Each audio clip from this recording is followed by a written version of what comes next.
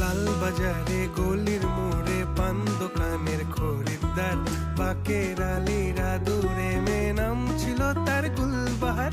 লাল বাজারে গলির মোড়ে পান দোকানে